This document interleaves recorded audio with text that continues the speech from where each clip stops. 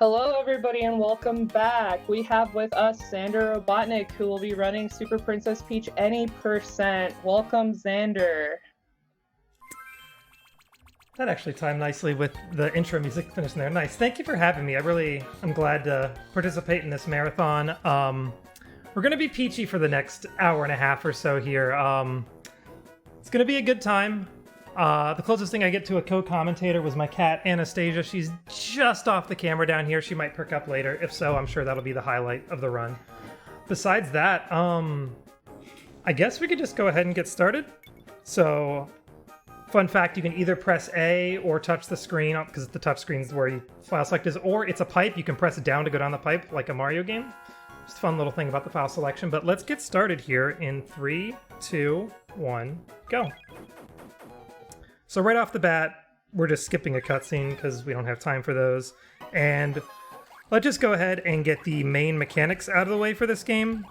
You can see the bottom screen has just a big old Peach looking at you, like just staring right into your soul. And then there's these 4 hearts surrounding her. And those are her 4 vibes, her powers. She's got Gloom, Joy, Rage, and Calm. And unfortunately, Peach is going to be very sad throughout the run. But that's because using our Gloom vibe here is one of our fastest movements in the game. So we're going to be seeing this a lot. Lots of running and jumping and running and jumping. The one we'll probably see second most is the Joy vibe, the top left yellow one. That one we don't move fast, but we do fly.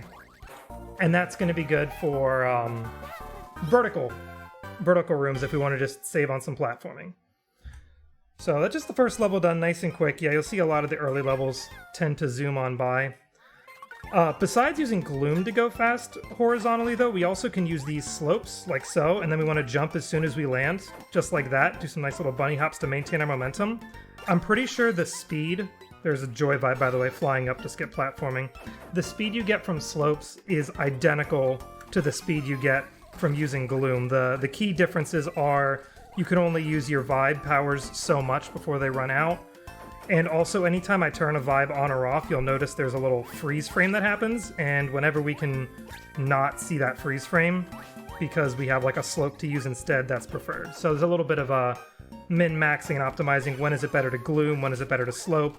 And maybe even when is it better to just go at normal running speed without vibe, because the freeze framing of stopping and starting might not even make it worthwhile to use your Gloom in the first place. The other 2 vibes are Rage and Calm. They show up a lot less often. Rage makes Peach real angry and sets her on fire, and she'll be able to do things like... Oh, fell down there, wasn't supposed to do that. It's not great. Set things on fire, burn bridges. My favorite thing she can do with it is power a hot air balloon and make it fly. Basically, the different vibes all have like an elemental power to them. So you've seen Calm has Gloom has water to it. I mentioned Rage has fire. Joy has like wind, so you can fly and also make tornadoes. And then Calm is the outlier that it doesn't have an element and it doesn't really affect your movement or anything. Instead, it just gives you a nice little heal. So if you're ever low on health and you just don't want to die, just use the Calm vibe real quick to get some heals going. Alright, there's 5 levels per world, so we got 2 more and then a boss after it as well. So, interesting thing about using the Gloom vibe, you'll notice I'm doing all these hops, which don't speed me up. However, in the top left corner, you'll see my health, which I have 6 hearts, which is 2 damage each, 3 hearts, which is 2 damage each, giving me 6 health. And then this yellow meter, that's my vibe gauge. Basically, whenever that runs out, you're unable to use your vibes. So, the interesting thing about using Gloom vibe is whenever you're standing still or in the air, the vibe gauge depletes slower.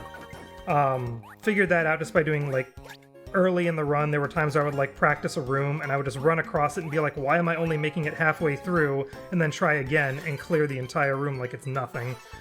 And just messing around like, oh, I jumped this time, and I stare at the meter and realize, oh dang, it fills up way slower. Alright, gonna Joy real quick here. Just skip some platforming along some really slow, boring platforms, and then we'll ride some slopes here to get to the end. Also, you'll notice we're collecting coins, and unlike most typical Mario games, they're more valuable than just get 100 for a 1-up. There's a shop in this game that we're going to use on 2 different occasions to get some power-ups. The first one we're going to get is Floatbrella, which does what you would think any typical video game umbrella ought to do from the get-go, which is let you hover or float down slowly. We have to pay 200 coins for that. So, in a little bit here... Well, actually, not until I hit 200 coins, which typically I want to do before the end of World 1, but I seem to be behind schedule, which is fine. We can do some World 2 levels without Floatbrella. Yeah, the hope is to get Floatbrella ASAP. If we don't, we don't. It's not great if you're going for PB runs, but for a marathon, we can totally make it work. The other time we're going to want to visit the shop is for 2 Vibe Teas, which will increase our Vibe gauge. So when there's stages that we just want to use as much Vibe as possible, having that increase to the meter is really helpful. A real quick note about these rooms I'm doing now. They're like little puzzles where there's mushrooms in one room that say, hey, look at these colors in this order, hit the flowers in the next room in that order. And this third one is the trickiest one. If you move fast enough, I could have caught that moving platform and saved some of my Vibe. Unfortunately, I didn't quite catch the cycle, so that means I'll have to use a little bit more Vibe in this room, which can slow you down later because I want to be able to use Gloom in the next room if I can. So I'm going to try to catch this one. I did not. No big deal. Just going to jump over here and move on up. Perfect. And the 2 ways to get Vibe in this game, the first one, the more dark one, you can pick up enemies like so and press down, and if you noticed in the quick few frames there, our Parasol just straight up ate that Bob-omb. So when Perry the Parasol's hungry, he feeds and it refills our Vibe. The other way is there are these blue crystals that you can pick up in the world, and they can also refill your Vibe. So I see I'm running low on Vibe here, so I just was able to make it through without too much trouble. That little green leaf on the ground there is a little beanstalk that if I had used Gloom to run past it, we would have had to watch a slow cutscene of watching a beanstalk grow. I didn't even have the Vibe to make it through the room anyway, but even if I did, I would not have used it. Alright, I'm at 150 coins as we enter the first boss, so not enough for Floatbrella quite yet. We're gonna get coins along the way. Fun thing about this game, it is a DS game and it is proud of it. So, you know, the DS has 2 screens, we have asymmetric stuff going on. The top and the bottom of the screen look different. The bottom screen's a touch screen. We're doing touch screen stuff. I'm dragging those trampolines with my stylus. There's a microphone on the DS. We're going to use that microphone. So first boss, any Sunshine fans out there may recognize this guy. Interestingly, in this game, his name is Boss Pea Plant instead of PD Piranha, but same boss, same concept. Fill him with water, jump on his belly. I mentioned anytime you use vibes, the game will sort of freeze and then unfreeze to do so when you turn them on or off. That doesn't happen when you take damage, so you can skip the little game freeze by taking damage out of vibes. So I'm intentionally damage boosting out of my Gloom vibe after every hit here to sort of give me that little bit of time save. Gotta make sure I'm close enough to fill his belly though. And then this last hit, this boss is very scripted. If you do the same things, he'll do the same things. So last hit, I'm actually going to fill him up from the back. Have to be a little careful not to get too close and take damage. There we go. And got him. So that's World 1 done with 173 coins. So hopefully I get 27 sooner rather than later as we head into World 2. And then I mentioned the second shop visits to get some vibe gauge upgrades. Those cost 250 and 500. They get more expensive as you go. So the goal is to hopefully get 750 coins somewhere around World 5 is when I try to get it by. But given the latest updates to this route, honestly, not getting it to World 6 isn't as costly as it used to be. So yeah, this room actually, I'm so used to having Floatbrella in that not being able to float across these is a little spooky. But since I've had to do it more often in more recent runs, I've gotten kind of used to it. Alright, so you'll see there's actually been a number of these pink boxes in the game. They have toads in them. every stage has 3 of these toad boxes, and you have to save every single toad if you want to beat the game. You are straight up locked out of the final boss. And that's how we've been doing any percent up until a couple months back, was we had to we needed to collect every toad. A trick was introduced to the community a couple months back, and we learned that there is actually a way to skip those toads. And we won't see it until the very end, where I sort of break into the final boss.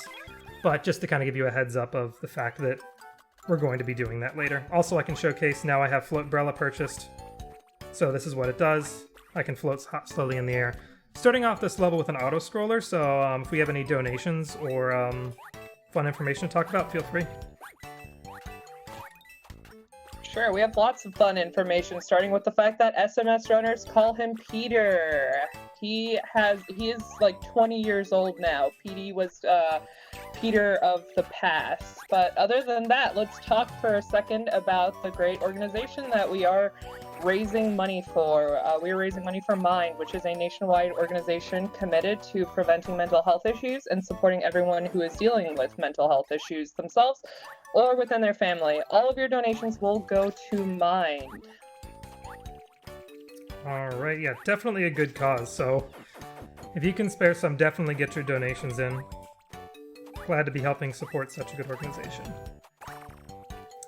Alright, you might think, oh, this is a nice flat room, why not use gloom? Well, the next room is also just about as flat and just about as long, so I'm actually just deciding to do some optimizing of, let's save the gloom for this room. But constantly hopping, because had I not hopped, I would have been out of vibe about maybe halfway through that room. And I have just enough left that I'll be able to get the last bit of this room using gloom as well. Hi Toad, bye Toad. Sorry, you're stuck in the box forever. So yeah, on the topic of money, because I mentioned it for shopping, you see every goal ring has a little bonus circle to it with turnips, mushrooms, stars, a star, and flowers. Depending on what the roulette lands on when you finish the stage, you get different amounts of money. So the turnip is just 1 coin, mushroom is 10, flower is 30, and the star gives you 50. There's actually also a rare chance that star can turn into a peach and give you 777 coins. And if we get that early on in a run, that can be really great because it can allow us to buy Float Umbrella and the 2 Vive upgrades all in one shop visit, and to save us a little bit of time in between levels, which is really nice. Alright, fighting against the wind here, about partway through. Gonna turn on my gloom and make our way up here. Now, unfortunately, getting the star to turn into a peach, to our knowledge as of right now, isn't really manipulatable. It's just, if you can get a star, then hopefully it turns into a peach. Okay, there is one last pit there I wanted to make sure I didn't just drop into, so had to be a little careful at the end, but we're good.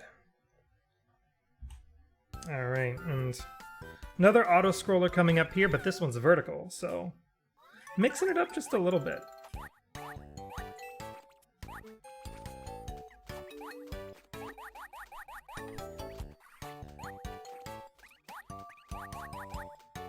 So you see with these ladders, it doesn't matter in this room particularly because it's an auto-scroller, but anytime I'm on a ladder, I usually want to mash my way up to the top to climb it faster. Also, you'll see Peach has like a get-up animation when she gets to the top. So anytime I'm at the top of a ladder, I'm going to want to let go of up and just jump up to the top and skip that animation. It's the minor time save we can do, if at all possible, and there are plenty of ladders to be trying to do that on. Got our first minigame here. We're going to find 2 more. Yeah, there's a couple of collectibles that straight up block your path, like the toad we saw earlier, as well as the minigames. The game just basically wants to let you know, hey, here's these bonus features. We want you to find one forcefully, and then find the others by secret down the line. Alright, this is one of my favorite rooms. There's this piranha plant here. Another way to go fast.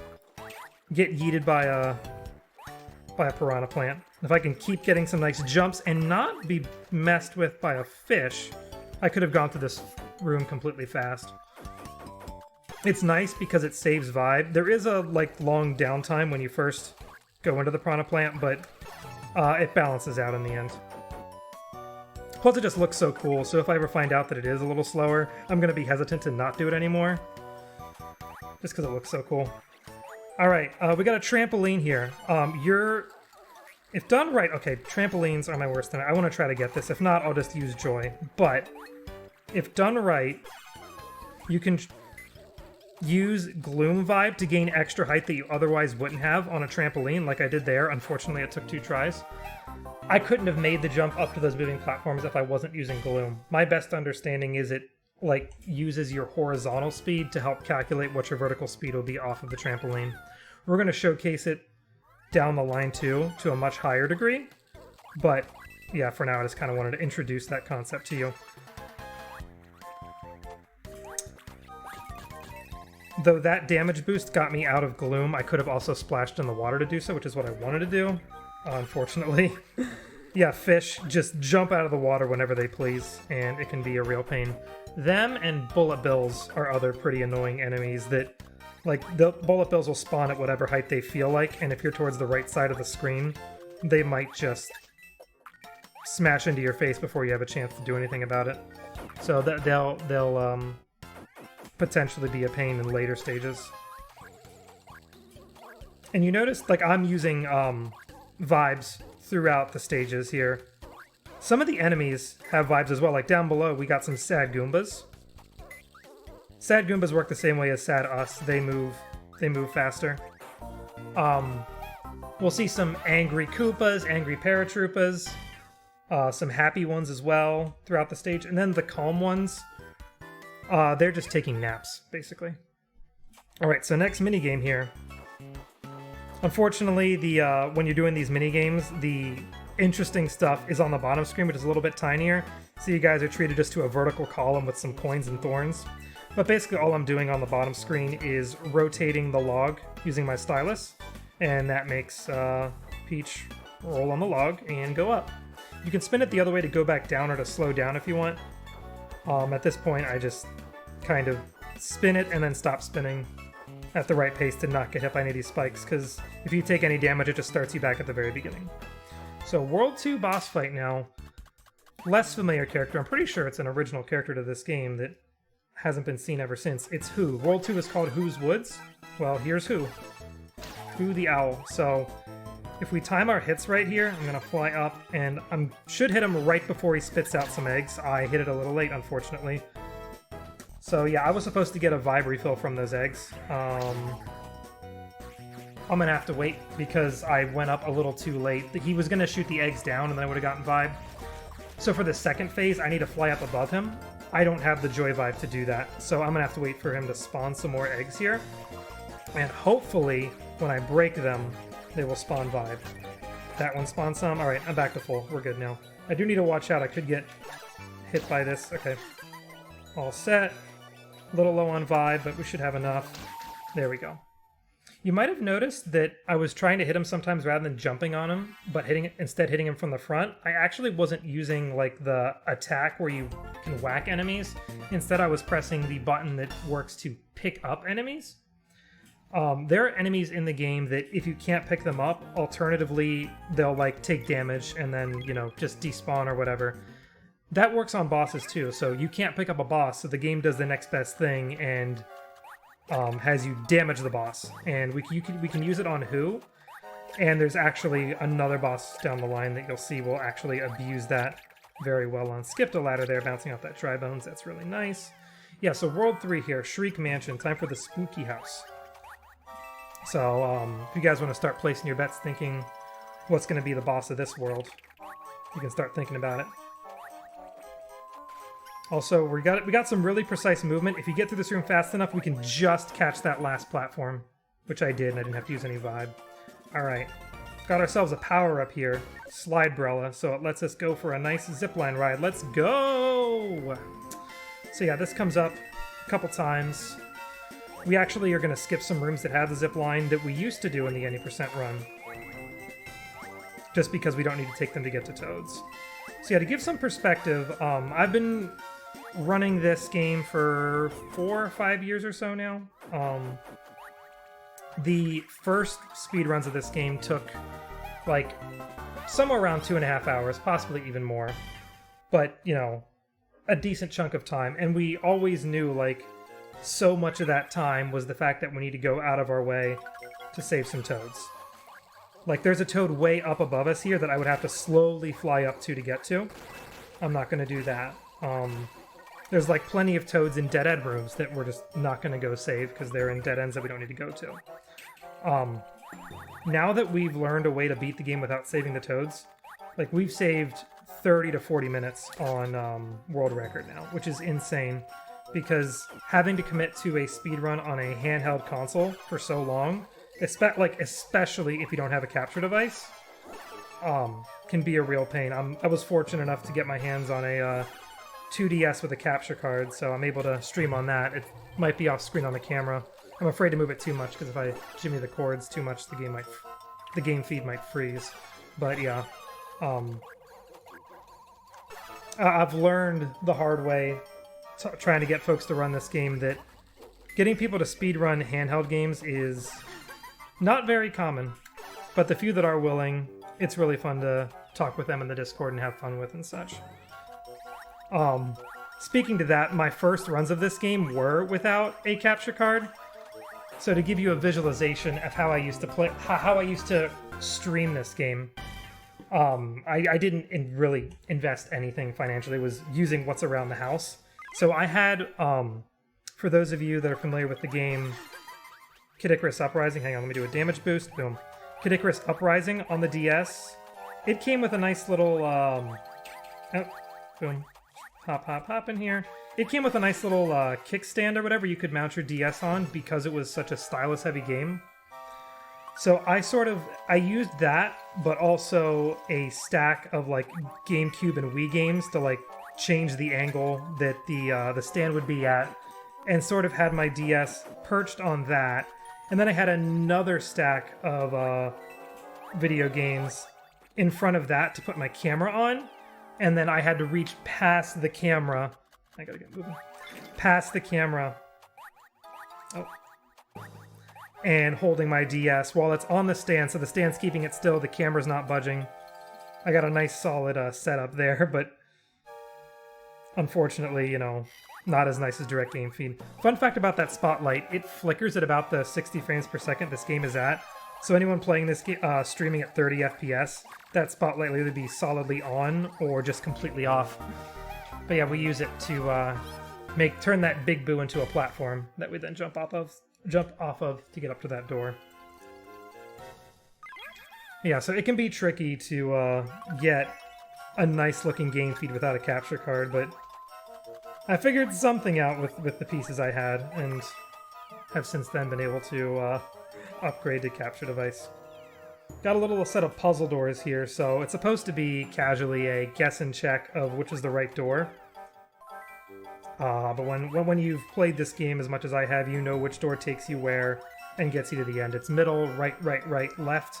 If you do any doors wrong along the way, it spits you out and makes you do the whole thing from the beginning. Another thing that you're expected to do casually, this room is covered in fog. I mentioned that each of the vibes have elements to them and that joy is wind power. You can like make tornadoes.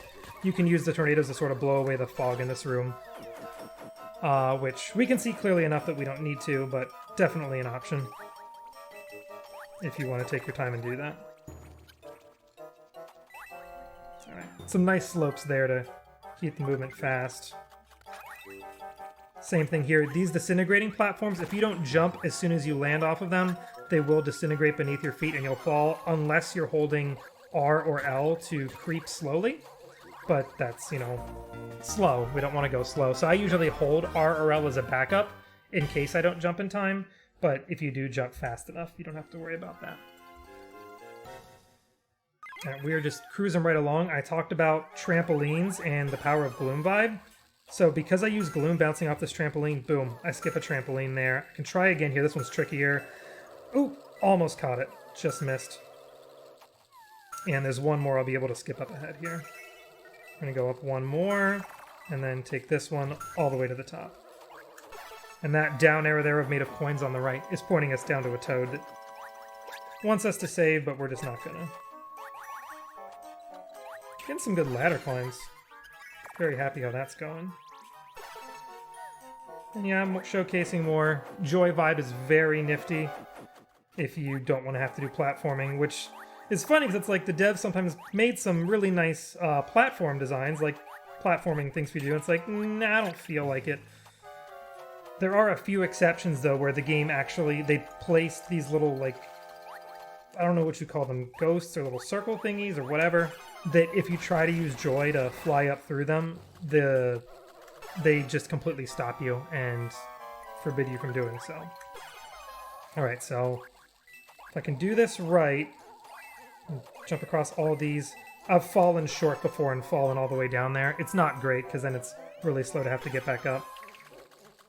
But we made it across. Dark room here. We could be using Rage to like be our own personal lantern, but it's bright enough I can see. I missed a damage boost. That Bob-omb on the level above me, I could have taken damage from it to avoid having to watch the freeze frames of using my vibe. But alas, I mistimed it just a smidge. It's a spooky mansion house, so we have to have the fun little obligatory rotating rooms puzzles. It's a nice quick one. They'll come back later. Way later. I don't know if you noticed that enemy I just passed was a Fishin' from Super Mario World. One of my favorite things about this game is that it uses a bunch of characters from other games, from like previous Mario games. It just becomes like a little collection of, like there's some Yoshi... I always get it wrong. It's Yoshi's Island enemies. Like there's a raven. There's ravens. They were going to be seagulls, but they were taken out. We got the Mario World enemies like the Fishin' some urchins and fish. And we've already seen Petey from Sunshine. Real quick, what I'm doing on the bottom screen is I'm just swiping at the boos, like sort of swiping, like just swiping them away. I'm not tapping. That's the main thing to point out, because I've seen people play casually try to tap the boos, and that goes much slower. Peach is just moving like however she wants on the top screen. I wasn't controlling her, but if any boos got to the top screen, then I would potentially have gotten hit and had to restart.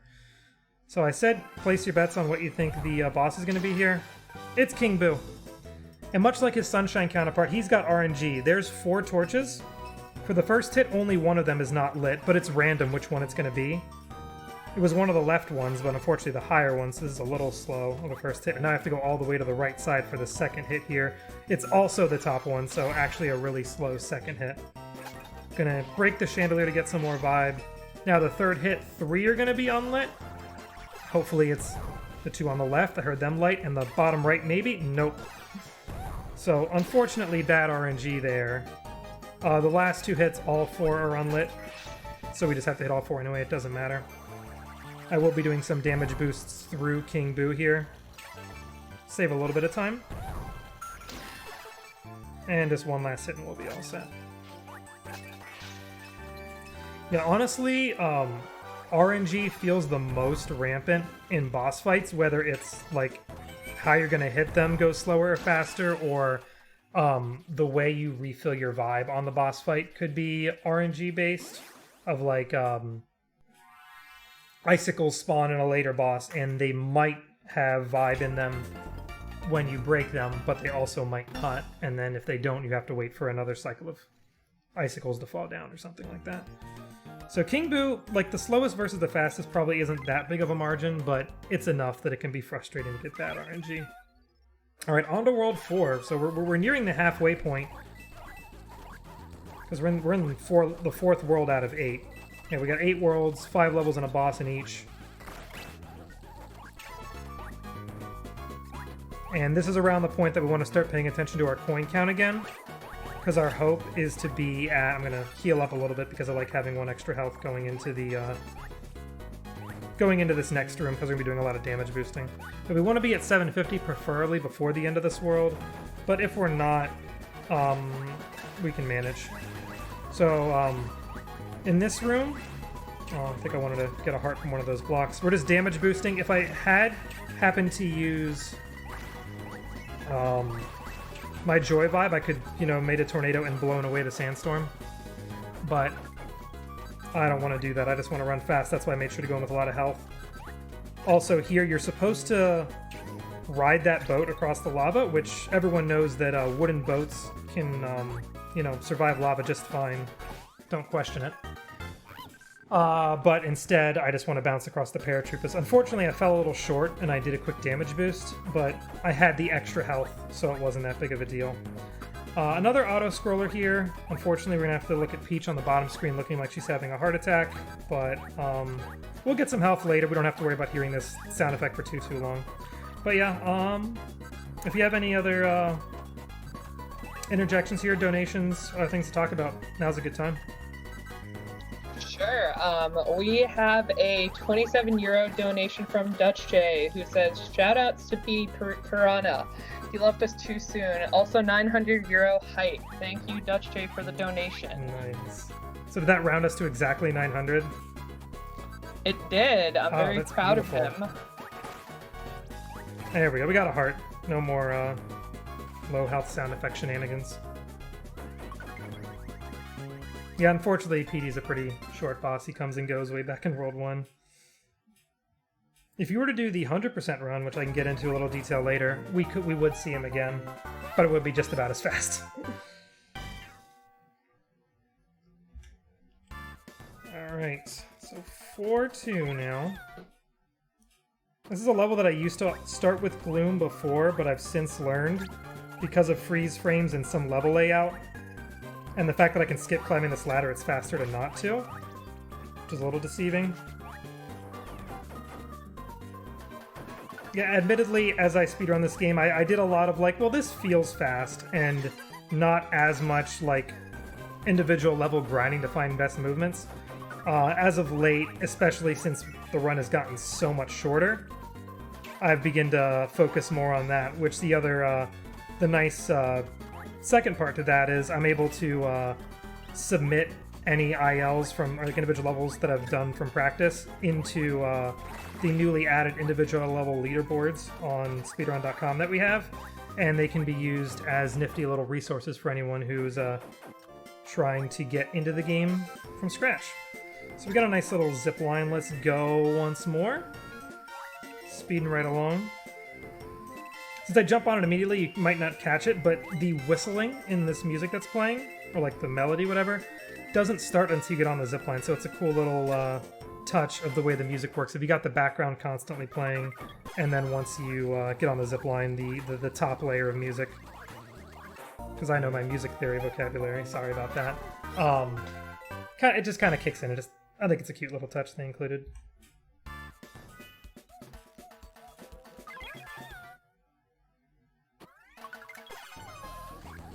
The first room of a lot of these World 4 stages are very flat, so it's just, excuse me, lots of gloom going on.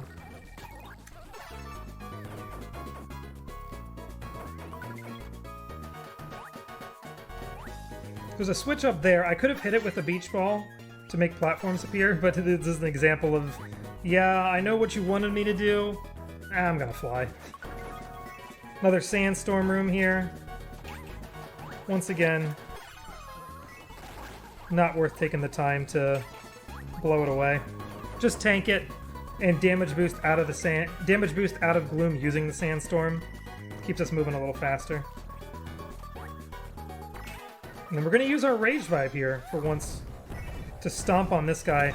Interestingly, there's these little hint boxes around the game that you can hit that give you tips and such.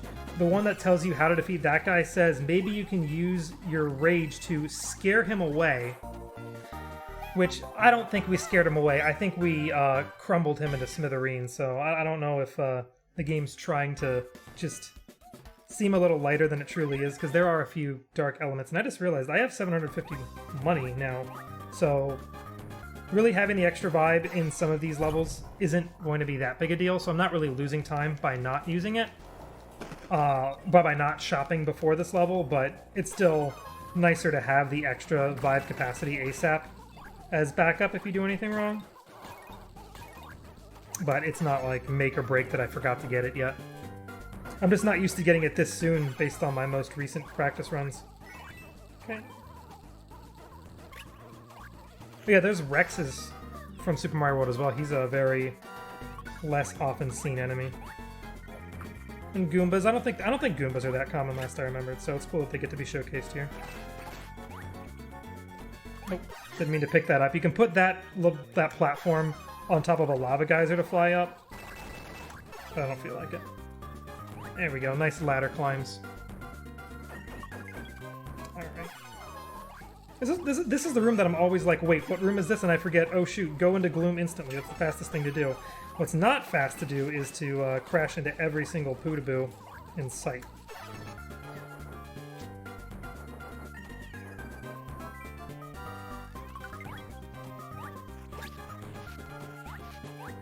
Another Toad we're going to say hi and bye to up there. Yeah, let's go ahead and use Gloom to finish the stage out. Alright, it's time to go shopping.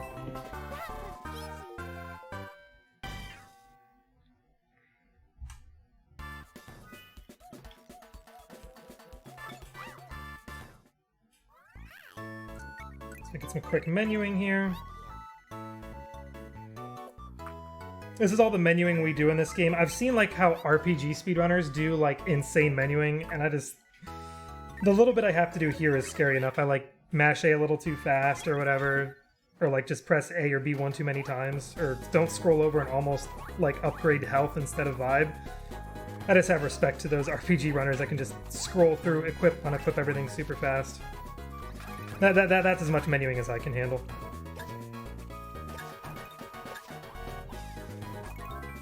I like the way those enemies are set up there, because we can just get our nice fast speed from using the slopes, and then we just hold right, and the paratroopers, as long as you time it right, are just lined up perfectly for you to just bounce right off of them. Another sandstorm here. I'm going to wait till I take damage, then I'm going to use my Gloom, so that now when I take damage again, I'm right at the door. That's our fastest way to sort of optimize movement in that room. Alright. Sounding a little scary being low on health here. There's only 2 rooms left though. Should be okay, and I have plenty of vibe. I'm going to use a little more Gloom for the second half of this room after I climb. Here we go. And you can see, by the way, if you haven't noticed yet, our vibe meter looks, you know, basically doubled in size at this point. The way your amount of vibe starts in any level is kind of interesting. At the start of any level, you have just as much vibe as you had when you started, like, before having the upgrade. So you'll actually have an empty part of your vibe gauge. For bosses like this one coming up, which while I'm descending and tapping on rocks here, you can start placing your bets. What's going to be a volcano levels boss? I'll say it's not an original character to this game, so you can try to guess what other bosses we haven't seen yet that we might get. But whenever you do a boss level, the game decides, I guess because maybe you need more vibe for bosses, it is going to fill my vibe gauge all the way from the start, which is really nifty. I've actually been able to do this boss the fast way without needing the extra vibe, but I'm not complaining having it already. So yeah. Alright. Bets are closed. The boss is Wiggler. What we're going to do is there's these little plunger spring things, I don't know what you call them, that we're going to use our rage vibe to stomp down, and it'll flip Wiggler over. One of his segments will be a different color. We didn't really get a chance to see it because I hit him instantly. But that's how we act. The hitting the single segment is how we do damage. And then he gets angry and starts storming across. And he can calm down of his own volition if you just let him go on his own, but we can flip him over prematurely and calm him down quicker to then go to the next hit quicker. So this is actually one boss that if you get super unlucky, you can run out of vibe. So, oh, I need to hit this, shoot. I still hit it in time, right? Good. Yeah, because you get your vibe refills from these boulders, which typically they do drop a lot of vibe, but I've had times where every single boulder comes up empty, and then there's nothing I can do, and I just have to wait for more rocks to fall, and it just goes really slow. Alright. Gonna stomp on this, and now he's gonna summon like a poison cloud. I would keep taking damage from it, so that's why I want to really quickly blow it away. It's gonna come back though. Oh jeez, gotta watch out on my health now, a little scary. Here's what I'm going to do to play it safe. I'm going to use my rage to stomp this down. I'm going to use my calm vibe, showcase it off. He sees a little aura around me, and I'm slowly healing. The nice thing about using calm vibe, I just turned it off there. You see there wasn't any freeze frames, so I don't really lose time turning off calm vibe like you do with the other vibes. So if you ever really feel like you need to heal, it's best to do it coming out of another vibe. Alright, so coming up on the last hit here. I'm not sure if I'm going to have enough vibe for this. If not, I'll just stomp on him, but the goal is to just stay in rage. Nope, not going to happen. That's fine. We'll just bounce on him. All good. All good. And that's the Wiggler fight. The old route we had, actually, we had him walk off the screen and then come back and get flipped over. So I got to match through that. And so, like, we had to wait for him to sort of stomp across the screen twice, which was nice in that it summoned twice as many boulders to get vibe from, but also it meant he was running around longer, which means it took longer. So we found, like, J-Dude, the current world record holder, found a faster way to do that boss fight, and I fell short there, whoops. Which made it faster, but unfortunately came at the cost of, like, higher potential of losing the run to bad RNG. And now we're on to World 5, which I'm trying to think of the name of, and I'm coming out blank. It's the beach level. Wavy Beach, I think is what it is. I think I know. It's my speed game. This level, if done, like, if the route's done completely properly, this world has some pretty tricky and nifty movement. It's one of the ones that I've grinded out the individual level runs on a little more. Oh, unfortunately missed that spear, so I have to be a little careful here. I'm going to stop on this, because I don't want to run out of vibe. Yeah, this is a level that, like, especially that vertical room of spears, you want to make sure you have vibe for, because if you run out, the, having to take the spears up is just way slower and more frustrating, and you can take damage because the spears hurt you, you can mistime your jumps and just fall. Pretty much a bunch of stuff can go wrong. Actually, if you're trying to save all the toads, there is a toad in that vertical climb up to the left, and this was one of the levels that it was absolutely necessary to have the vibe upgrades by, because you needed it to fly up to the left, get the toad, then sort of dip down and back up to fly to the right to leave the room. Also got these spike tops. There were some angry ones too, so you can see some of them being affected by a whole variation of vibes. Yeah, there's an angry one right there. It's a pretty short auto-scroller, so cruising right along. Last room here, we got enough vibe that I can glue through and I can get some mad height off of this and land right on the goal. Yeah, so at this point, it can be cool to see if I can get a 777 coin peach, but it doesn't really matter. I'm not going shopping anymore, so I'm not that concerned with what goal ring things I get. Okay. I like this room a lot because if you do your jumps right, these Koopas just set themselves up perfectly to get some nice speed across them. Oh, we're coming up on, I mentioned a while back that this is a DS game and it's proud of it. I hinted at the fact that the DS has a microphone and it's going to come to good use here. So we got a zipline power before, now we got the Subrella, the submarine power up. So apparently Peach can't swim in this game, so instead our trusty parasol turns into a submarine, and if we blow into the mic, being a little dramatic there for fun, it'll blow some bubbles for us. And I won't do that again because I don't know how that came through the mic, and if it hurt all your ears, I'm so sorry. But yeah, we have microphone powers to blow bubbles. Alright, got some big old chain chomps here. They actually have an interesting property about them that, you see the way you're supposed to go through those rooms is hide in those little pockets so the chain chomps can't hit you. Usually with most enemies you'll have, you know, invulnerability frames after taking damage and you just kind of walk through them. The chain chomps hitbox are constantly active even when you have those invulnerability frames, and they'll just keep pushing you, so you can't just tank through them like that. So that's why they have those little hidey pockets. I'm guessing they wanted you to not be able to go through them, so they went out of their way to program them to work like that. If I do it right in a couple worlds, I'm going to try to abuse that and get a nice push off of one of them. And that Cheep Cheep scared me. I usually jump off of those pink clouds, and that Cheep Cheep just showed up and I bounced off of him instead. I recouped it and didn't fall into the water, but definitely not how I was expecting to do that room. Alright, 5-3. This is an interesting level. We're going to get some really crazy height with Gloom again. If I do this right, go over that block. Okay, perfect. The next room is the tricky one. I mentioned that there's areas that you can't just use Joy because the game just prevents you from doing so. This is the one that actually affects us in the run. So I am going to use Joy to get up to a certain spot right here. But you see these little circles kind of hovering around.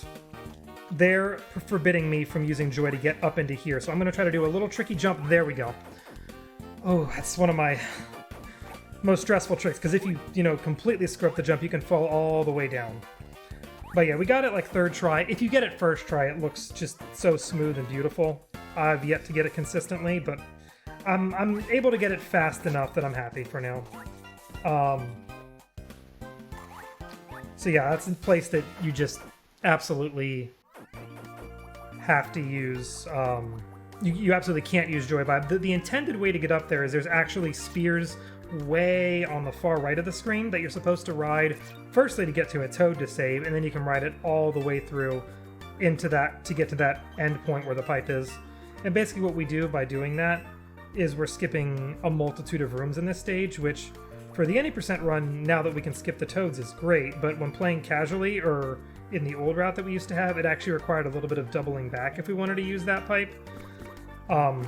Which is like, thinking about the game casually, it's actually kind of frustrating to think that, cool, I found a shortcut, but it turns out the shortcut actually backfires because you don't get all the toads. And to be clear about how generous the game is about letting you know about the toads, to my knowledge, the only place in-game that you're informed that you need to save all the toads to unlock the final level is a dialogue box or a box that shows up on the top screen after you've beaten every single stage before the boss. Besides that, the only other way you can know is if you have the manual for the game. Somewhere in there, I believe there's a little text box that says something like, maybe something good will happen, or maybe we can get something if we save all the toads. I forget how directly it implies that you need to save all the toads, but that's as much as you get, and it's made me sad, but I've seen people like play through this game casually, streaming it, and I'll want to come in and say hi and stuff, and they'll be most of the way through the game, and then they get all the way to 8-5, but they weren't collecting the toads, because it just looks like, a fun side thing to get, and they didn't want 100% the game, which is understandable. But then they find out at the end, oh, I need to go back to every single stage I didn't get toads in? Nah, I'm done. And then they don't beat the game. And it's really sad because, I don't know, it feels like you're right there, but you're not really. So anyone here that's interested in playing the game, either stick all the way to the end to see how you can skip the toads, or remember, if you want to beat the game cleanly, save all the toads. It's a fun little PSA for you there. Alright, we got a precise jump coming up here. Let's see if I can get it. I need to hit that last block as a vibe meter fill. I think I jumped late enough off of that block. Boom. Okay. Yeah, if I jumped just a little bit earlier, I would have missed that platform that I landed on. But because I caught it, the movement in this room was really clean. Similarly here, I'm going to try to catch a cycle with the tidal wave. And I want to jump off of it, but at the very least, I would just want to be in front of it. There we go, perfect. That was pretty good. If I had enough vibe, I could have splashed all the way in the water and skipped the freeze frames, but honestly, I'll take what I can get there, getting in front of it. Yeah, so this is actually a stage that vibe management is really important. I'm basically out of vibe now. I got a little bit from that Goomba, and now I'm going to get a little bit more in this last room before I start glooming. So I'm actually going to show both ways to refill vibe. I'm going to consume this enemy, and now I'm going to... There's a vibe refill in one of those blocks. So there we go. Now we're just running right along. There we go. Jumped over the water there. A lot of times I splash in the water. And you saw I just had enough vibe to get to the end there. Which is actually really scary, because if you run out of vibe mid-air and your vibe just turns off, you just lose all your horizontal movement and just drop straight down. and there was a pit right before the end of the stage there.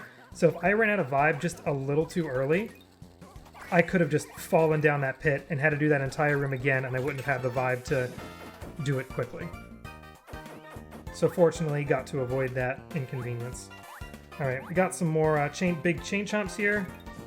Gonna hide under that one. If I can get the jump right here. Nope.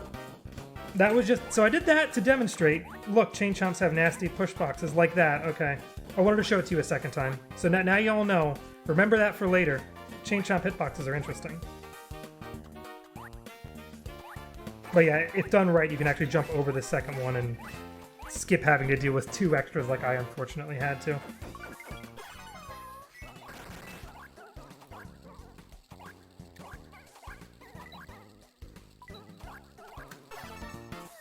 Alright, going through, sounds like there's nothing too special about to say the movement in these worlds, so I can kind of go into the 2 storylines of this game. So, the main one is, as you can see, we're playing as Peach, and if you had to take a guess, I'm sure most of you would presume that it's probably something like Where's Mario, maybe he got captured, and that's what the storyline is. Sorry, I gotta blow into the mic a little bit. My bad. But essentially, try to give it a little bit of a backstory after I bounce off the Slackatu. Boom. Bowser has a timeshare, or a villa, on a place called Vibe Island, where there exists something called the Vibe Scepter. And he and his minions get a hold of this Vibe Scepter, which they know they can wave around to mess with the emotions of people and make them basically go crazy, or like constantly crying and out of control or angry or anything like that. So they find it on Vibe Island, and Bowser sends his minions to the Mushroom Kingdom to basically ambush them and set all the Toads crazy. And in doing so, during the ambush, they also capture a bunch of Toads, Mario, as well as the Green Man. During that time, Peach was out on just a lovely stroll with Toadsworth and some Toads, and she comes back to her kingdom in chaos and decides she wants to go save the day. Also, real quick, another shout out to Sunshine here. We got ourselves a Gooper Blooper boss fight. Very akin to the Sunshine fight, at least the intended way, in that he's got 4 tentacles, you want to kind of get rid of them and then go for the mouth. I know in Sunshine you can skip the tentacles. Unfortunately, we can't here. After you hit all 4, then he doesn't attack, and then we can hit his mouth. Then we're going to rinse repeat this 4 more times. And Goober Blooper has this annoying tendency to sometimes just take his time between attacks, and you just never know how he's going to behave. And it can be really frustrating. Like, here, like, just attack, buddy, come on, thank you. So, it can really sometimes feel like you lose time on this boss fight to no fault of your own, which is not fun. We could also use Gloom to get rid of these oil spills. You see they make me run slowly, but they're not that much of a hindrance, so I can just leave them there, it's fine. Okay, that side swipe can be scary sometimes, because if he hits you, he can grab you and yeet you, or just grab you and damage you like that, and that can be really slow. So fortunately, I'm dodging all the attacks so far. Besides, you know, some ink, I'm okay with that. Yeah, so you've seen all the bosses so far when I'm down to 2 health sort of go into a phase 2. Blooper doesn't really have so much a phase 2 as it is a heal. So really all the bosses in their phase 2 use a vibe. So Petey got angry, Who went to Joy. Blooper here uses Calm Vibe to try to heal, but we can pop the bubble and stop that from happening. Wiggler used Rage Vibe. Actually, Wiggler's Rage was constant throughout the fight. And their phase 2 was just making the whole air poisonous. Watch out. Okay, good. Just barely dodged that attack. Honestly, I'm pretty happy with this boss fight. That was a really fast attacks on me to kind of work against. Yeah, so I'll try to point out what other vibes we see the bosses use, but Blooper's an interesting one that doesn't use their vibe until 1 health, or doesn't really have a phase 2 per se.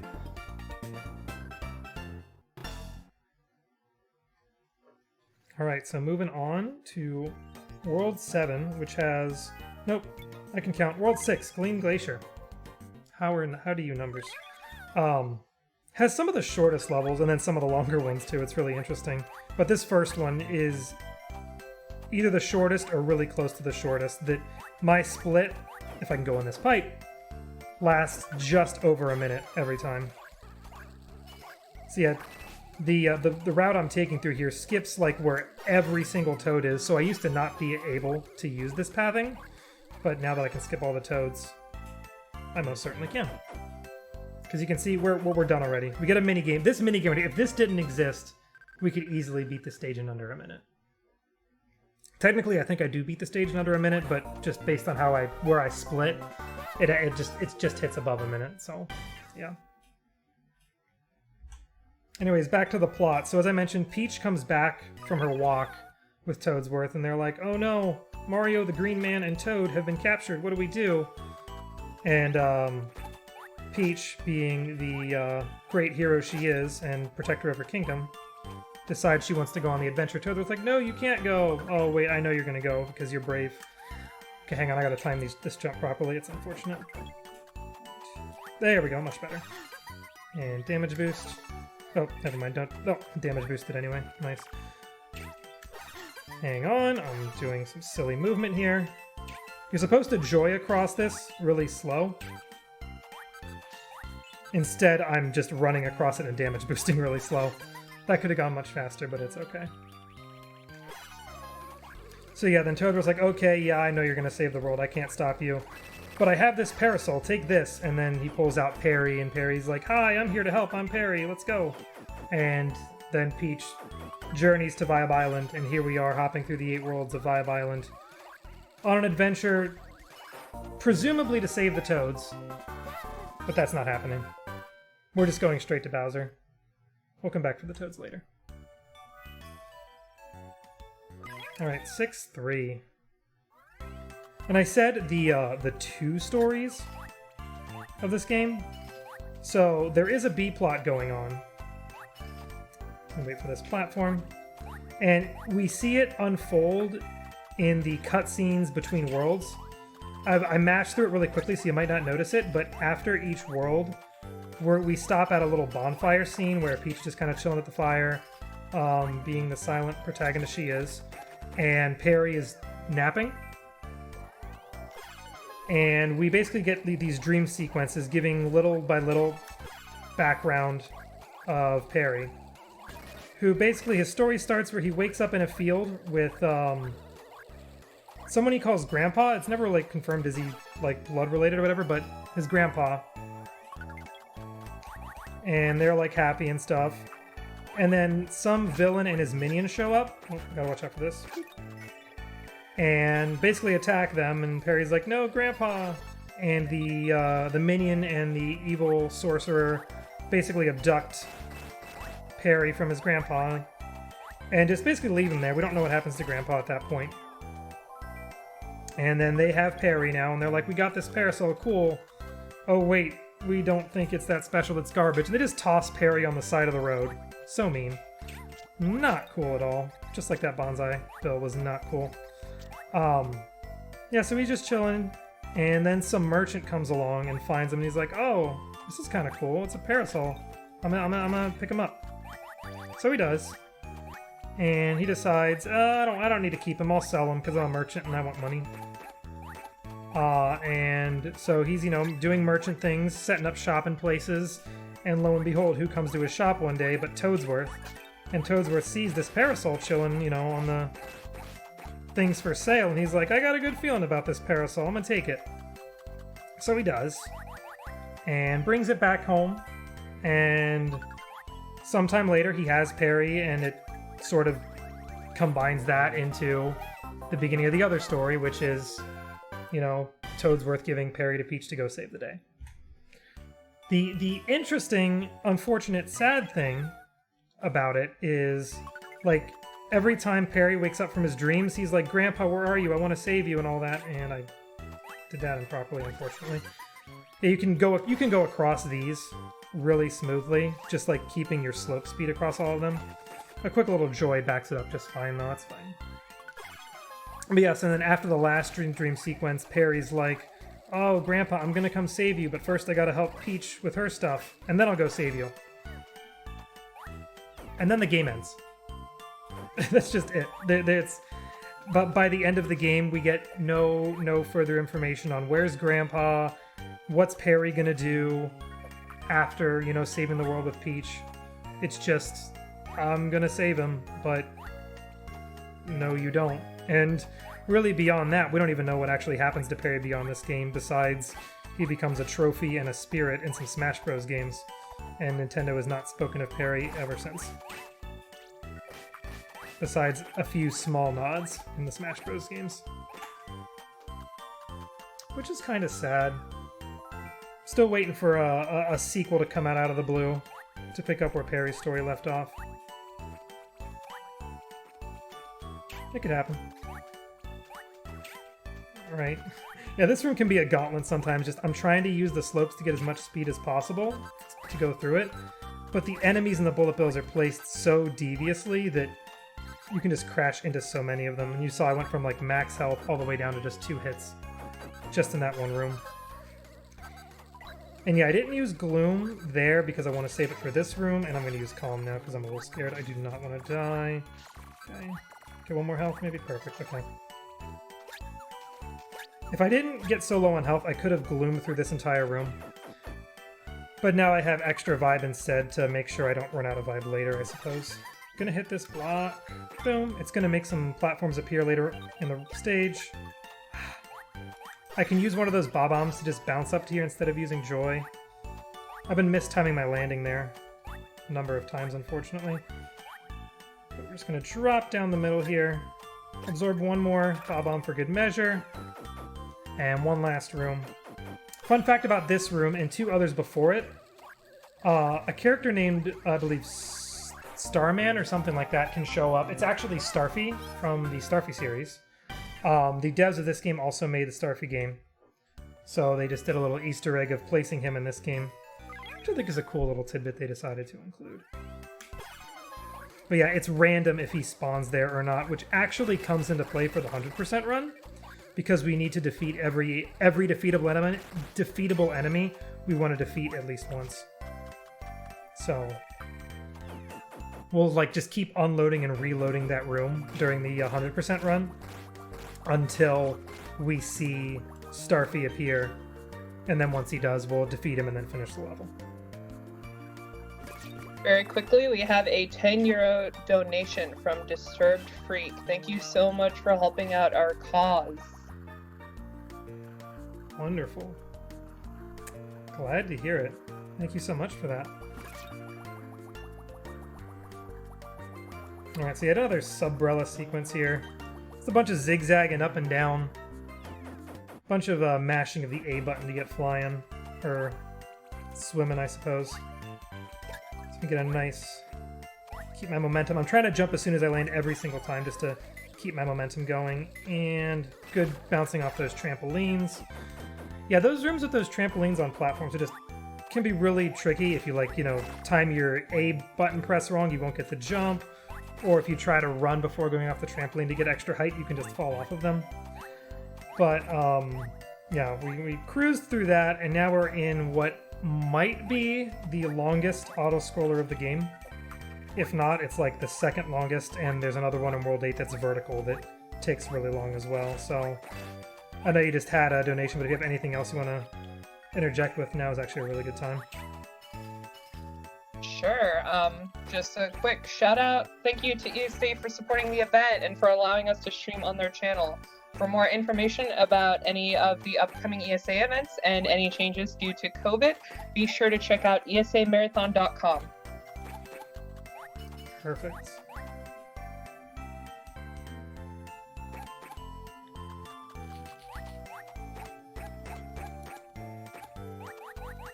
There's really just not much you can do in this room except just mess around. The really interesting thing about it is, like, I know some auto-scrollers, if a stage is, like, you know, clean enough, maybe you can just kind of camp the right side of the screen, but there's little, like, spike pits and enemies that I would just be taking a whole bunch of damage from. So I'm just kind of stuck messing around, doing whatever I want, jumping to the beat, whacking parry to the beat, scooping, floating, ducking, looking up, whatever you want, whatever kills the time, honestly. But, the only time you really got to pay attention is at the very end. We since the last thing we're doing is entering a door, we want to get into it as soon as it appears, which is right after this gap. So we can just enter it just a little quicker if we know when it's about to show up. Oops. I hesitated there because I didn't want to fall down. And last room of this world before the boss is going to have an enemy that we do not see anywhere else until, like, post-game levels. These giant walruses, which we don't do anything with, we just run past them. In the previous any% run, we actually would, like, use them jumping out of the ground as a way to catapult us up high into the sky to save a toad. But we don't need to do that. Alright, next touchscreen minigame. If you haven't noticed, after World 4 they start recycling. So this is a redo of the World 4 one where we were tapping boulders. Now we're tapping ice boulders, I guess? I don't know. Snowballs with spikes on them. Whatever you want to call them. But yeah, another original character for this boss fight. Their name is Blazzaris. It's like a rhino fairy. A rhino sprite? I don't know. You'll see it when you see it. But we're going to be using a lot of our rage to melt its ice barrier. Actually cut it a little bit close there. Some of those rocks are getting kind of high. But yeah, we're going to do a certain pattern to make sure the attacks go as efficiently as possible. You could start damaging Blazzaris instantly here, but I'm actually going to wait for her to charge across, do some stomps to spawn some icicles, and now I'm going to start doing damage. And the main reason I do that is if I damage earlier, I'll get a different attack pattern where she'll do like a laser beam attack or something, or an ice beam. And if that happens, it's just one more thing you have to wait to happen. And I just want to not have to do that. Alright, so this is a very RNG dependent boss fight in that you just don't know what kind of vibe is going to spawn out of the icicles. I got my vibe back up to max there before going into phase 2. So actually, we're in pretty good shape here with our vibe drops. I want to try to catch that before it despawns. I'm going to run over for it. There we go. I missed it, actually. Never mind. There we don't go. So this is actually going a little slow because of that. Depending on how much vibe you have to either like turn your rage on and off constantly, or you can just leave it all the way on. Unfortunately, I broke the icicle, but then took damage. Yeah, it's like 3 hits like this per health damage. So unfortunately, I got pretty decent RNG, like something I could have worked with, and then I mistimed some of my movement. But yeah, that's actually one of the more trickier bosses that, like, you have to get good RNG, and then on top of it, get some good execution. There's another dream sequence, by the way, that I'm just going to skip right past. But they're fun to read through. The way they work is that, like, you get like a tiny bit of information the first time, and then the second time it retells you that same bit of information and adds a little more, then it sprinkles a little more each time, until you then get the full story at the end of this world. Alright, so we can get this bounce off the paratrooper to just catch the bottom of that ladder. That looks really cool. And just barely make that jump onto that cloud. It's a tight jump. You have to make sure you're moving at full speed to get the full height off your jump. These blue platforms fall fast, so you have to use your gloom to run past them. You saw at the end there, I jumped and smacked my head against the spikes. That is to save a little bit of vibe, and also to get out of my vibe without taking the freeze frames that come with it. And we just ran out of vibe there, so we skip some platforming, but we cut it real close when we do that. There's really some really close call jumps, because I also had to like land just before that spike top so I could do a little slide tack. Hang on. Okay. Everything's okay. As long as you have enough vibe, which I barely did that was really scary, you can potentially save yourself falling off a cliff. I will say one thing this game has really helped me with is my reaction time, because anytime I do a misjump and I see myself falling down a pit, like my speed to smacking my thumb on that joy vibe to survive has definitely improved. And unfortunately, because I had to use that vibe to save myself, I fell a little bit short on the vibe I needed to get up through this room with joy. So lost a little bit of time there. Yeah, so this kind of highlights how important your vibe management can be sometimes. But besides that, we made like most of the precise jumps of that world or that level, so I'm happy with how that went. Alright, 7-2. I was showcasing the way the awkward hitbox of the chain chomps work. Let's see if I can really show it off. This is the level where it matters. Okay. So if I do this right, these chain chomps are different in that, as you can see, they're going the same direction I am. So if I can do... you can kind of see it, but basically what happens is because you're constantly being pushed forward and I'm holding forward, both of those actions are, you know, the game trying to get me to go forward, and I guess the knockback that you get from the chain chomp actually comes with additional acceleration, and it seems to be like every frame that acceleration is accumulating to the point that like Peach actually goes faster than the camera if you get enough speed, and you can just launch yourself across that entire room and just make your way to the end of that room and just not have to be stuck between the chain chomps. Luckily, I did get some speed, and I used the slope to get the rest of the speed, and I was able to jump over some chain chomps, but it can go even cooler if done right. I believe JDude's world record on that right now has it, so give that a look if you want to see what cool movement really looks like. Alright, these Mad Goombas have a little feature that they stomp the ground and they can do a little stun, which actually made me get to the pipe of this room a little slower, which is unfortunate. But I still needed to absorb them because I wanted to make sure I had a decent amount of vibe coming into this room.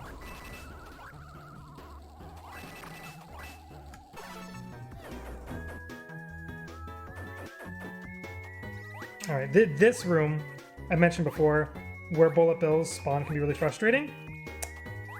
Well, there's two bonsai bills that both just completely blocked my path. Like, you have no idea where they're going to spawn. Anything can happen. Okay, I'm going to intentionally save my vibe and not joy this room, because I'd rather gloom through this room. This is a pretty extensive room. It's actually one I've fallen off a lot of times, so I'm going to be a little careful here. Okay, and drop down. Perfect.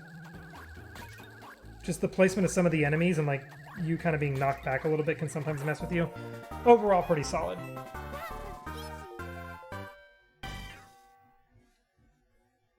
There we go. Now 7-3.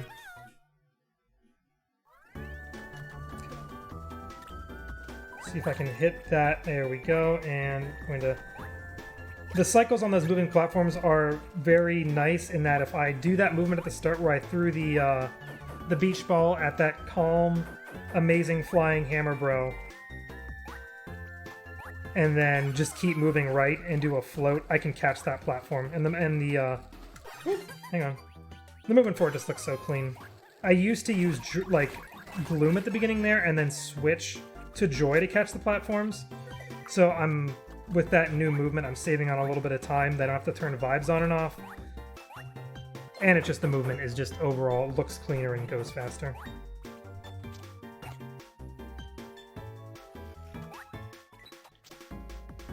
So one thing I kind of teased at earlier is the 100% run. Something I can talk about. There are currently now 3 main categories on the leaderboards for this game. Any percent, which is what I'm showing off.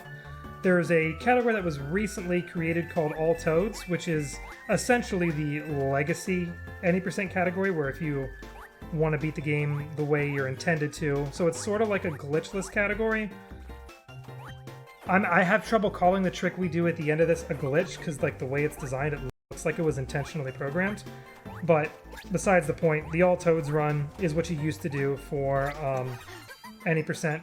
You beat Bowser, but it's after you save all the toads to like enter the stage fair and square. So that's all toads. Then there's also there used to be a category called Low Toad, which is what we used to have, namely because the any percent category used to be so long, and it's a handheld game, and I mentioned how hard it is to like for a handheld game to be a welcoming one for people to want to speedrun. So we came up with Low Toad to be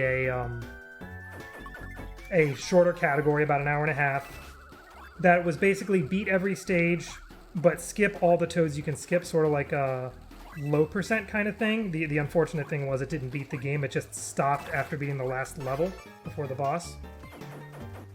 That's what we used to have, and then when the Toad skip was found, that category essentially became any percent. You just had to add the boss fight on the end. And then the 100% run is the behemoth category that throws on so much more. It's essentially collect everything, do everything in the game. So to give you an idea of what that encompasses, I'm currently doing 48 stages, including bosses, in any percent. So you have to beat all those and get all the toads in all of them. So that can make it seem like it's going to maybe be longer. Plus, there's an additional collectible in every stage, a puzzle piece or a music soundtrack. And some stages have mini-games you've been collecting, so you have to stop and get those as well. But also, after you beat the final boss, new collectibles get added. Absorb Info 5. New collectibles get added to every single stage, basically where the toads used to be. So you have to go back and redo all 48... Well, you have to do all the levels, which is a little less than 48, because it's 40. You have to do all 40 levels all over again in order to get all those collectibles. Oops. Keep on falling down these pits. But on top of that, all the boss fights have like round 2s that you have to do. They're slightly harder. I'm going to use Joy here instead of watering a beanstalk, because watering the beanstalk's slow. So yeah, you have to beat all the bosses a second time. So basically all 48 stages you did, you have to redo. Plus, every world gets 3 additional stages. So that's 24 more stages you have to do, plus get the 1 collectible in each of them. But on top of that, I mentioned puzzle pieces as one of the collectibles. There are 8 puzzle minigames for you to do. So you have to complete all 8 puzzles as well. So tack that on. Plus, I mentioned you're getting minigames. There's 3 minigames for you to do: Toad Tote, Toad Shot, and Toad Jump. All 3 of them have 10 levels, so that's 30 minigame stages you have to do. Also, fun fact about Toad Jump, it is another part of the game that the microphone is used for. Because, like I said, this is a DS game, and it wants to use all the features the DS has, because why not? But on top of that, for 100%, I mentioned the enemy glossary before. We want to get that filled out, which means find every enemy in the game and defeat it at least once. So you have to fill that out, which is like a bunch of pages of enemies, which usually you can do that normally as you just go through the stages just fine. Then on top of that, we've seen the shop already a couple times.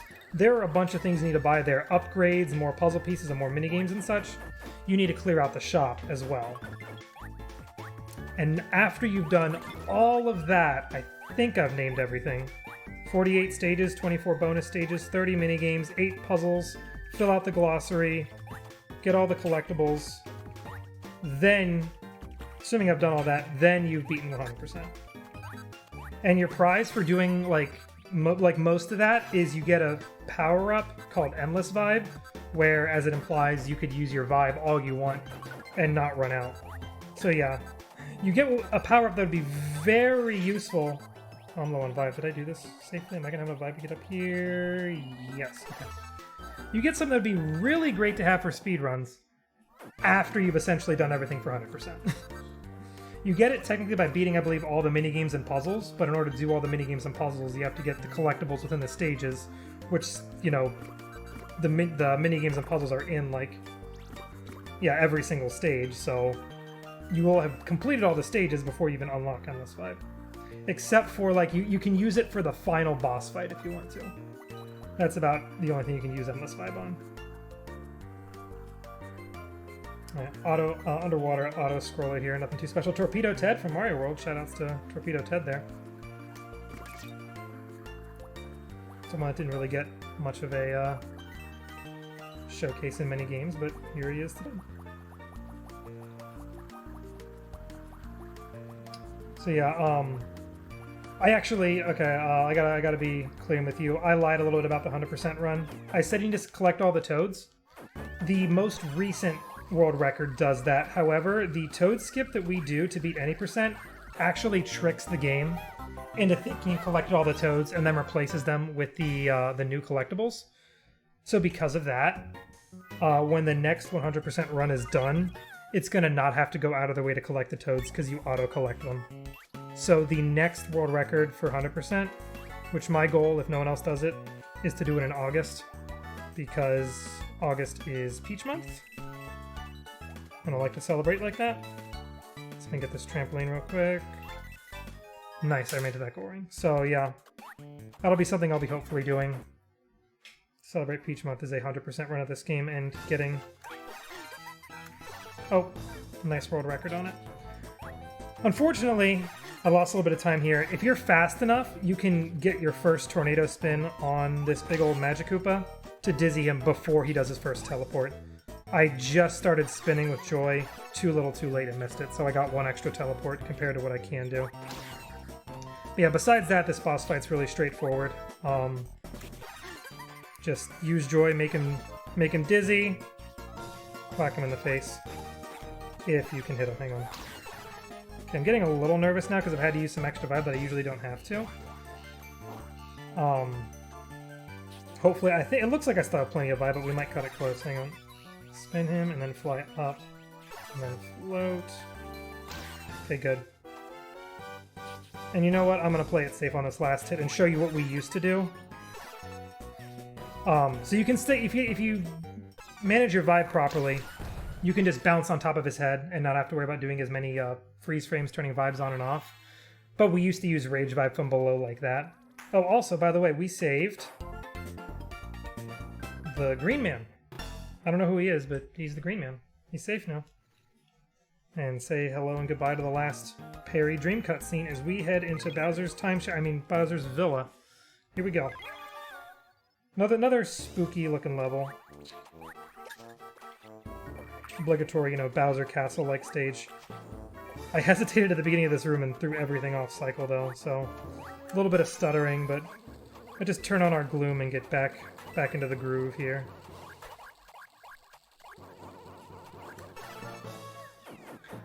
So some of these levels are supposed to take a long time. Like this is a labyrinth of doors that if I take this door, like that first door I ran past, that door would have taken me to a toad. If I went to the left there, that door would have taken me to a toad. There's a third door I skipped that could have taken me to a toad. I can skip all of that. There's also some other fake doors that if you take them, it resets you to the beginning of the room. So it's just a labyrinth that you have to know your way through. And when we can skip toads, we can just skip so much of this level. And honestly, that happens a lot in this world. They decided to pull out all the stops a little bit and just make Bowser's Villa a bit of a labyrinth like that. Like more so than previous stages. And if we just know the quickest way from point A to point B, we're just going to take it. So, another showing of these gravity rooms. Actually going to use Joy here to just float up and skip a couple of rotations. Whoop. And now we're going to drop here, enter the pipe. And with that, we are finishing this level just as quickly as we started it. Nice and easy. Got a star too, that's fun. Alright. And I mentioned that there was one other really long auto-scroller in this game. It's this one. So, we're just going to be climbing up for a while. It's now be another good time for donations or anything else. Sure. For anyone tuning in who doesn't know, we are not actually ESA. We are streaming on the ESA channel, but we are BSG, the Benelux Speedrunner Gathering. We organize bi-monthly gatherings in the Benelux area, which for anyone outside of Europe is near the Netherlands. That's where the folks are. Due to everything going on with COVID, the events are currently online, which is a bummer, but on the bright side, we get lots of cool streamers from around the world, like our friend Sander here. I was going to say, overall, definitely a bummer. I will say I wouldn't be here otherwise, so I really appreciate you all having me. Thank you so much. This, I believe, is the biggest venue that Super Princess Peach has been showcased on, so I am very glad to get to do this. So definitely... For now. Yeah.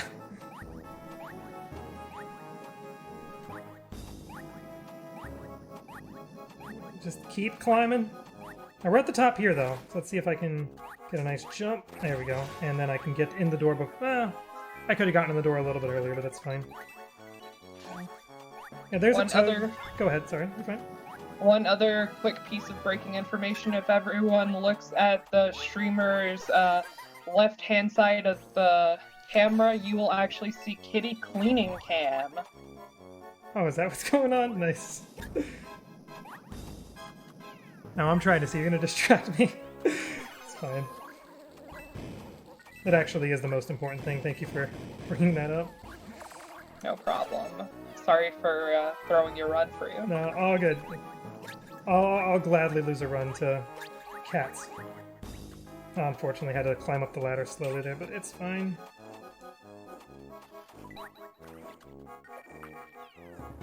So that cannon enemy I just absorbed is probably one of the couple unique new enemies this game has.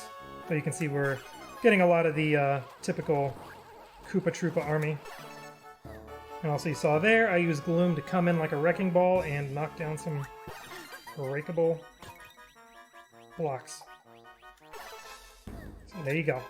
That room can be really tricky. If that cannon that I just jumped over hit me while I was using my joy to fly up, it could have knocked me out of joy, and then I would have had too little left in my vibe gauge to fly back up, and I would have had to like either refill vibe or find a way to go up a lot slower. So glad I was able to get through that. It's not too hard, but it's something that if you kind of go too hard into autopilot, you can mess it up. Also, this kind of, that came and went. There was a little puzzle room where you have to use those blue flames to light the torches. Unfortunately, we can't use our own rage fire to light those like we did back in World 3. Alright, so you might not get to see them. Oh, yeah, I think you will at the end of this room, but I'm using Gloom here, 1, because it's fast, but 2, because I'm being chased by a swarm of blindfolded boos. There they are. So, yeah, you gotta go fast to not get caught by them. If you get hit by them, you just have to start the room over, which I think is a really nifty little thing to be like, well, how do you make boos chase you non-stop? Give them blindfolds so they don't know which way you're looking. Perfect. This is another stage that's really important to maintain your vibe properly. Another zip line, so let's go once more. I mean, yeah, I could have maybe gloomed in that room, but I want to keep it for the next upcoming rooms. There's actually a really tricky one that I don't need gloom for, but I might need it for backup. And then also we got another wrecking ball to deal with. Also a toad here that really desperately wants to be saved, but he just has enough space above him that I can just ignore him, so... Hi-bye, buddy. Little damage boost there. Skip on some platforming, it's really cool. See, I have I already have enough vibe here, so I can just go straight to the wrecking ball. Just gotta knock it 3 times into those stone blocks. So yeah, so this next room, there's gonna be a giant thwomp face in the background. It's basically gonna, it's napping, but it's gonna periodically open its eyes, and I need to match the pose that these statues in this room have, and if I do it right, he won't see me, and I won't have to be reset to the beginning of the room. So there's the first time he checks. We're gonna see him open his eyes 2 more times, but hopefully he won't stop a 3rd time. Okay, here we go. If I did this right, his eyes are open. I just missed it. I just missed it. I was right at the door and I pressed up. Game doesn't like me. And that's what happens if you go too fast to do a slide kick instead. Okay. So that just illustrates how precise the movement is on the 3rd eye opening. That if you're just a little behind schedule, he'll get you. Being under the heart here is a good way to tell if you're on a good pace. Okay, I got hit there, so we're just gonna have to take it slow, unfortunately. I've been getting it in practice too, which is a little frustrating, but you know, can't win them all. Another dark room that they give us plenty of vibe crystals to light up the room with rage. I'm just gonna use them to be able to fly up here nice and fast.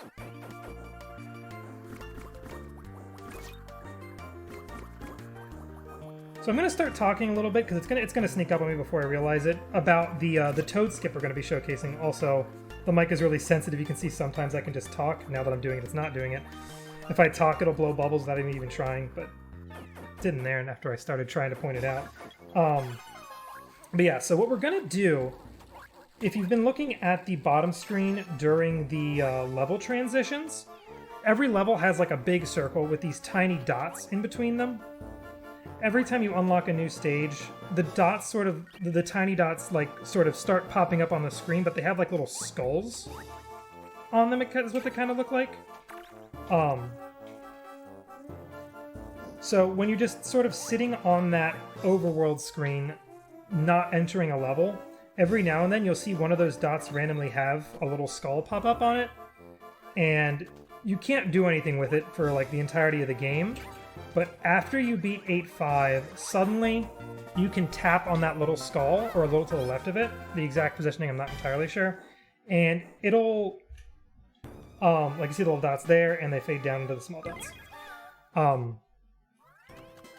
Let's go. Essentially, what happens is you tap on it, and you hear Peach say, "Let's go!" Like she's entering a stage. It's my best Peach impersonation on the spot, sorry. So she enters a stage, but the game doesn't really...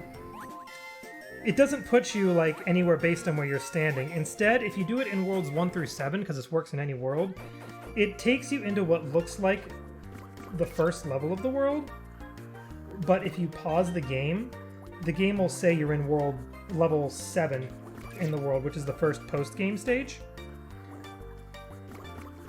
Hang on. So the game is sort of really confused where you're at, and actually if you keep playing through the level, it gets confused and plays the wrong music in certain rooms too. And specifically in World 2, it can actually have you cause like a game crash. Because like one of the rooms won't even load properly. Also, here's another rotating room. The rotating is completely useless. The pipe to the exit's already there, we're just going to take it. So yeah, so in Worlds 1 through 7, it takes you into the first level of the world, but it's also the 7th level. However, in World 8, it does something different. It takes you into 8-6, where 8-6 is the boss.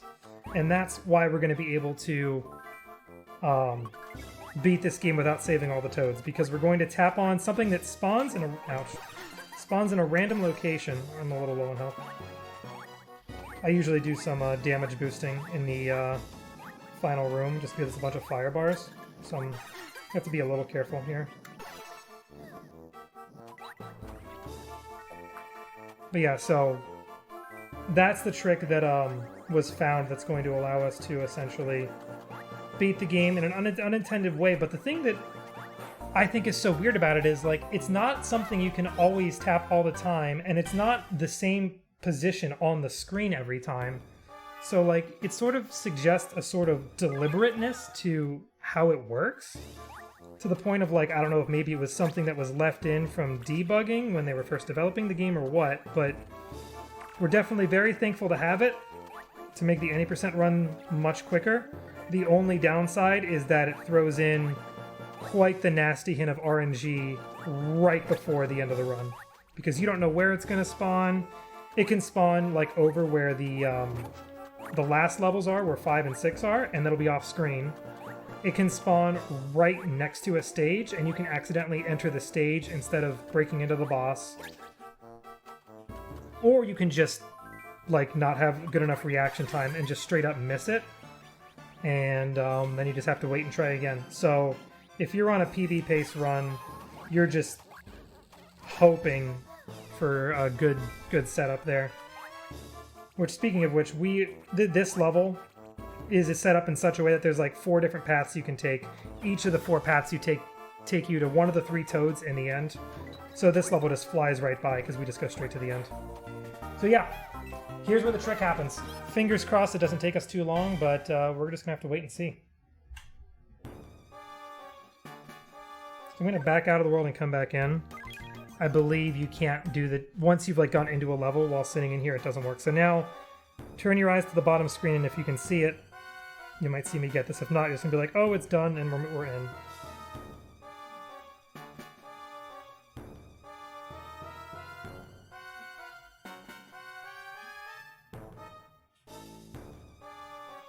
There it is. It was right to the right of me in between Worlds 1 and 2.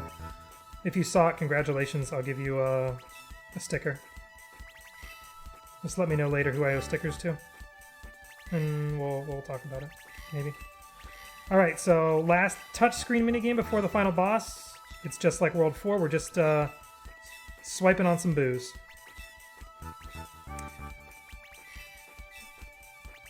And from here, we're going to have a 3-phase fight. The first phase, or like a 3 different boss fights. The first one is an angry hammer bro.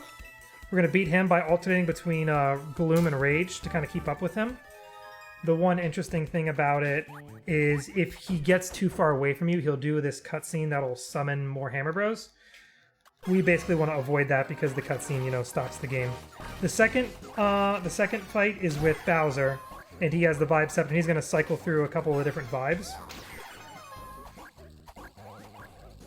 He's getting away from me. I got to catch him. Okay, I'm going to wait because I use a lot of Vibe here. He's going back to the right. Perfect. And we're just going to... So with the Bowser fight, it's just going to be using our Rage to him a few times. Alright, so we skipped the cutscene. Fantastic. And the third phase is going to come and go. If I do it right, it's going to come and go before you realize it, and time is going to be upon us, like, immediately.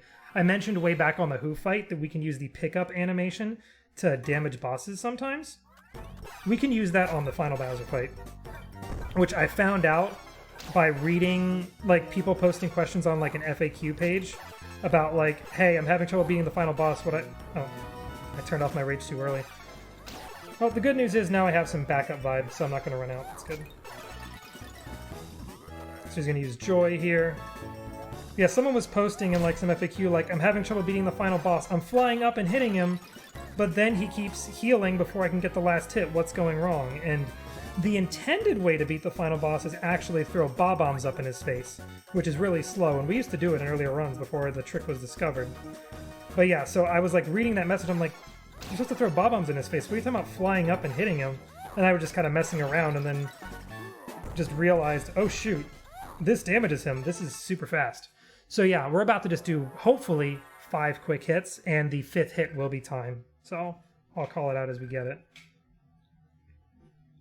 Yeah, so now we got a Big Bowser after we skip another cutscene. We're just going to go up, and we're not even whacking him, we're poking him with the pickup animation. So I just like to think we're basically poking his eyes out. Which honestly would hurt to be poked in the eye 5 times. I wouldn't like it either, so I can relate to Bowser. So there's 3. And we're actually going to skip the healing if we attack this fast. So here comes time, hopefully. Time. And that's it. So that is Super Princess Peach, any percent. Skipping the Toads. For context, the any Toads, for the all Toads category is like, what is it, like somewhere around 2 hours, 20 minutes, something like that. Maybe a little less at this point. I haven't checked because it's not run anymore by people because it's not as fun as any percent because it's longer. But yeah, around 40 or so minutes. Oh, poor Green Man gets yeeted one last time. Yeah, it's just really nice how much time it saves, and I'm hoping the fact that it's a much shorter run also makes this game seem a little more accessible to people that want to give it a try. We have a Discord if anyone has the interest in wanting to speedrun this game. And like I said, I'm working on trying to make ILs for every stage to have nice little references of practice, of, you know, what's a good route. And we're pretty responsive in the Discord of, like, if anyone has questions, like what's the best way to do this or that, and tips and such. So yeah, I think... Yeah, one last thanks to BSG for having me. I'm really glad I got to showcase this game because I've been playing it for such a long time, and I don't know, I just feel like I haven't gotten a chance to show it as much, and I'm really glad. So thanks so much. Thank you so much, Sander, for that awesome run. I'm sure all of us had a lot of fun watching you play Super Princess Peach. Everyone stick around. There will be Mega Man Dr. Willy's Revenge coming up next, run once again by Manix, who has just been with us pretty much all marathon, doing lots of great runs. There will also be a host change, so your everyday speedrunner will be taking over for me. Thanks again so much, Sander, and thanks again all of you.